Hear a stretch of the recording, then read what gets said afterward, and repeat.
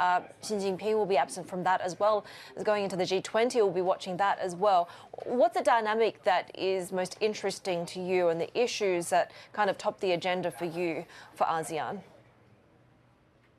Well, interestingly, President Biden will be visiting Vietnam, which is an emerging strategic partner for the United States in the region. So you have two former nemesis really, burying the hatchet and trying to build some sort of a robust partnership in light of shared concerns, especially over China, but also shared economic concerns. So that's why I think some people were slighted here in Jakarta because they were expecting Biden to also visit Indonesia, not only for the ASEAN meetings, but also for some high-level discussions with President Joko Widodo, who is on the way out in his legacy months. Now, I think the overall understanding in the region is that the United States is in a catch-up mode. So it's true that Xi Jinping also is not attending, but people are expecting the United States to put something constructive on the table, literally constructive. It's true that China's Belt and Road Initiative has not been meeting its targets over the past few years. In countries like the Philippines, we have more of a pledge trap than a debt trap. But the reality is the United States doesn't have any kind of a counter proposal, and it's Indo-Pacific Economic Framework.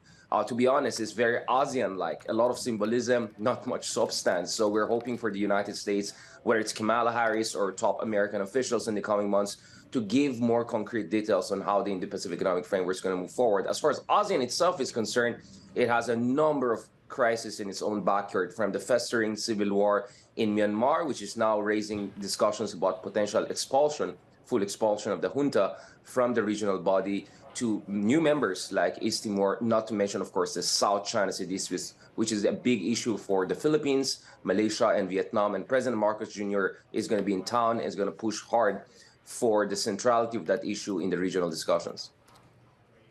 Yeah, how do you expect that to be played out?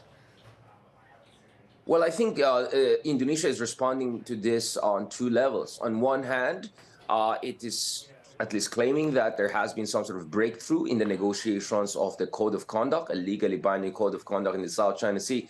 But honestly, as someone who has been observing this and writing on this for the past decade, and this is something that was raised, just a year, after I was born, in the late 1980s, I'm not very optimistic about really a real breakthrough on the Code of Conduct front. Nevertheless, interesting things are happening because Indonesia right now is pushing for the first ever all ASEAN naval drills. It was supposed to be in North Natuna Sea, which is close to the South China Sea. Cambodia and some China-friendly countries push back against that, so it will be in South Natuna Sea, from what I understand. But nevertheless, that's a move in the right direction because ASEAN has to show a common front and show more operational interoperability. But also on the sidelines, expect Philippines, Vietnam, expect Philippines, Malaysia, Indonesia to also discuss their maritime borders and how to resolve those maritime borders based on the United Nations Convention Law of the Sea. How much is the fact that the leaders of the two largest economies are not attending this ASEAN summit? How much is it from them lacking this strategy towards Southeast Asia or just the relevance of ASEAN itself? Yeah, I think as far as ASEAN is concerned, ASEAN centrality is more of an aspiration, to be honest, if not some sort of pretentious or self-proclaimed role. It's something that we have to gain. It's something we have to earn. And the reality is that what you're seeing nowadays is more trilaterals. US, Korea, Japan, more quadrilateral, India, United States, Australia, Japan, but also Philippines, Australia, United States, and Japan. And I think the emergence of this minilateral, security-oriented, new Cold War-ish kind of blocks, not to mention expansion of the BRICS, they tell you something about diminishing confidence in ASEAN in terms of playing its role. And Indonesia, in fairness, I think they really realize that, but they have to make some big moves if they want to put the regional body on an even keel in the coming months. Do you expect that to happen? What's next for the group? Well, I mean, this is legacy months also for President Joko Widodo, and Indonesia had a very successful year last year as the rotating president of the G20 summit. I think they defied a lot of expectations. So I won't be surprised there would be some interesting mini breakthroughs here and there.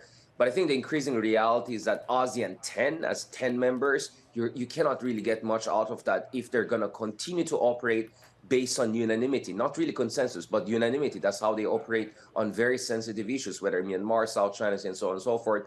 But I think more and more unilateral coordination among key ASEAN countries, between key ASEAN countries and external powers, that's the way forward. But I think the Indonesia way would be to spin this as a more economic-oriented summit and meeting and year, because the theme is actually ASEAN as an epicenter of growth. For the first time, we're growing faster than China in a generation. So I think they'll try to put a spin on this by overemphasizing the economic front, but more unilaterally dealing with the geopolitical issues. Richard Haydarian, good to have you with us, senior lecturer at the University